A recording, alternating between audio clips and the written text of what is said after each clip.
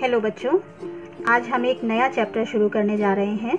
Class 8 का lesson 10 a hero.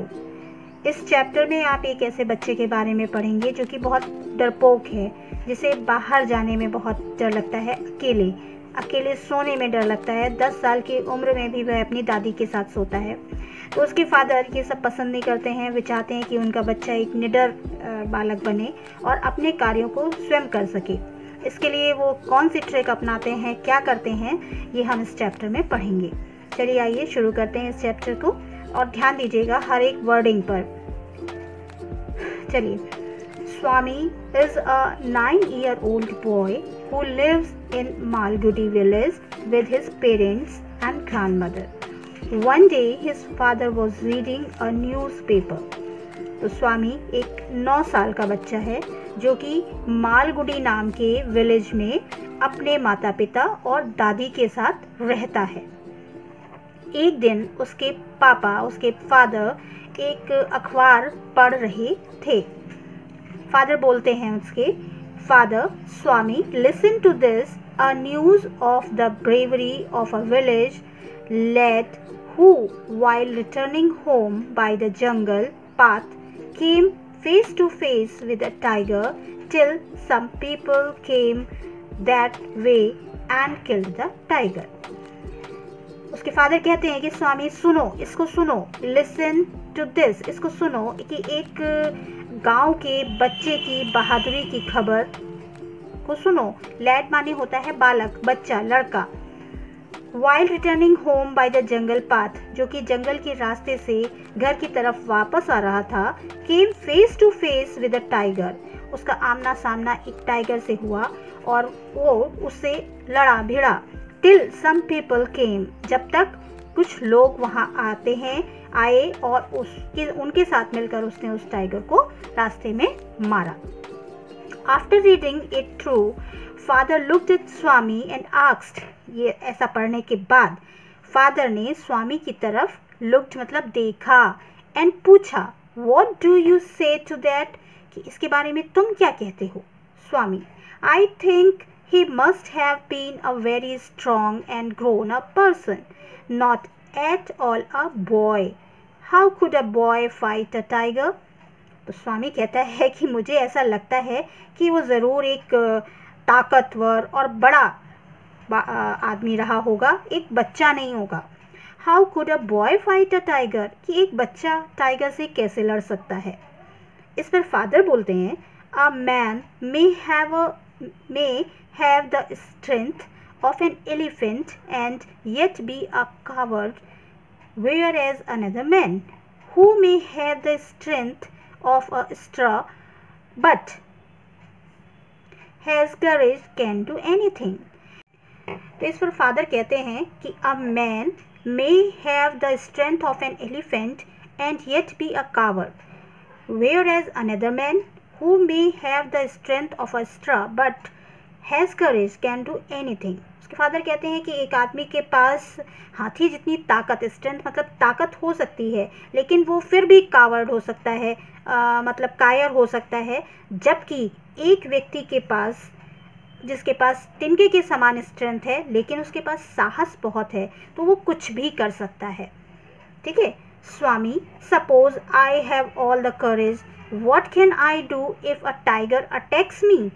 तो स्वामी बोलता है कि मान लो कि मेरे पास बहुत सारा साहस है, लेकिन मैं क्या करूँगा अगर एक टाइगर मेरे ऊपर अटैक करता है।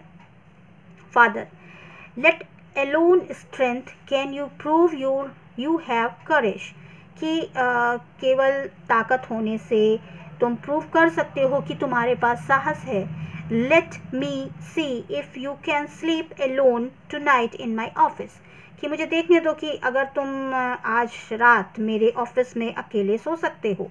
स्वामी had always slept beside his granny which irritated his father, मतलब स्वामी जो है हमेशा जो है अपनी ग्रैनी मतलब दादी माँ के बगल से सोया करता था, जो कि उसके फादर को बिल्कुल भी पसंद नहीं था। Swami, from the first of the next month I will sleep alone. Father, वो अपने पापा से कहते हैं, हाँ पापा, मैं अगले महीने की पहली तारीख से ही, पहले दिन से ही मैं अकेले सोऊंगा। फादर कहते हैं, no, you must do it from today, नहीं तुम्हें आज से ही ये काम करना है। इन द इवनिंग, शाम के समय, Swami went to his granny and slept under her blanket, अपनी ग्रैनी के कमरे में चला जाता है और उनके ब्लैंकेट यानी कि कंबल में जाकर सो जाता है। हिज फादर केम, उसके फादर आते हैं, एंड सेड टू हिम, और उससे कहते हैं, फादर गेट अप, उठो। ग्रैनी, उसकी दादी माँ बोलती हैं, why do you disturb him, तुम उसको क्यों परेशान कर रहे हो। Father rolled his bed and took it under his arms, कि उसके बेड को यानी कि उसकी चादर को रोल कर देते हैं और उसको अपने बाहों में उठा लेते हैं।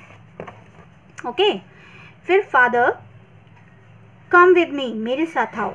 स्वामी, let me sleep in the hall please, your office is very dusty and there may be scorpions behind your law books.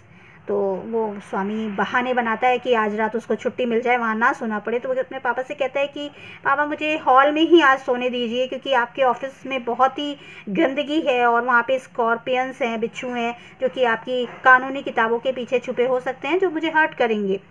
Father, no, you must learn not to be afraid of darkness, नहीं तुम्हें आज सीखना ही है, अंधेरे से ना डरना तुम्हें आज सीखना ही है। It is only a question of habit, और ये सिर्फ एक आदत की बात है। You must cultivate good habits, और तुम्हें अच्छी आदतें अपने में इकट्ठी करनी है, पैदा करनी है। एज द नाइट एडवांस्ड, और वो उसको उस कमरे में अपनी लाइब्रेरी में छोड़ देते हैं। At the night advanced and the silence in the house depend, और जैसे जैसे रात पड़ती है और सन्नाटा उस घर में गहराता है, स्वामीज़ हार्ट बीट फास्टर, स्वामी का दिल जो है बहुत ज़ोर ज़ोर से धड़कने लगता है। He remembered all the stories of devils and ghost he had heard in his life, और उसको वो सारी राक्षसों की, भूतों की कहानियाँ जो हैं याद आने लगती हैं, जो कि उसने अपनी ज़िंदगी में आज तक सुनी थी।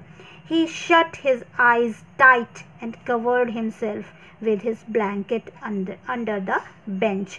वो अपनी कस के आंखें बंद कर लेता है और अपने आप को अपने ब्लैंकेट के अंदर कवर कर लेता है और बेंच के नीचे छुप जाता है।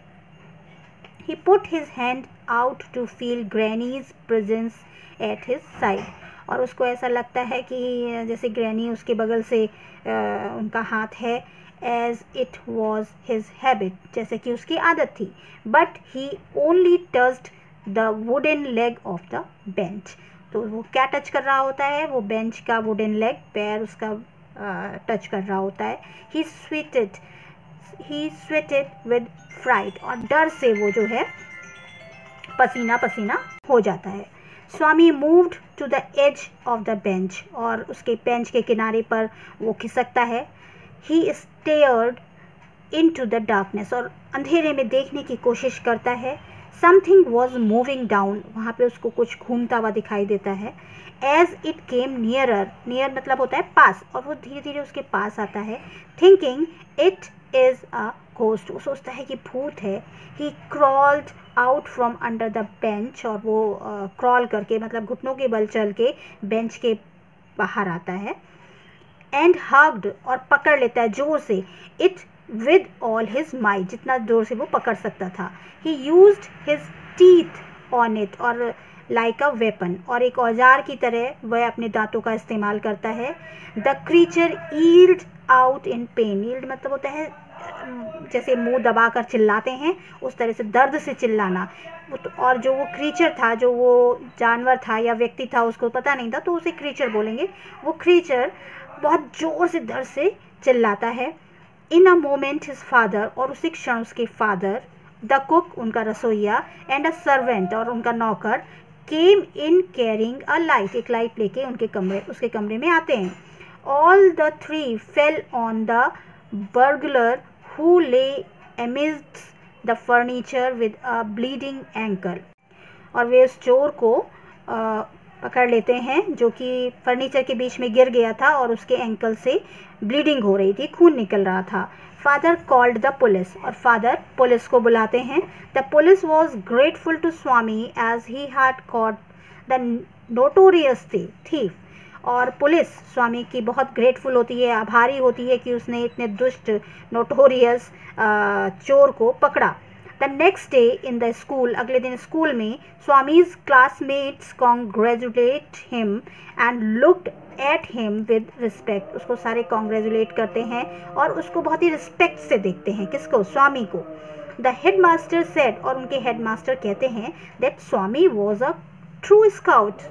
स्वामी एक अच्छा स्काउट है, सच्चा स्काउट है। The news of his bravery was also published in Malgudi Times, और उसकी बहादुरी की जो खबर थी वो मालगुडी टाइम्स में भी पब्लिश्ड होती है।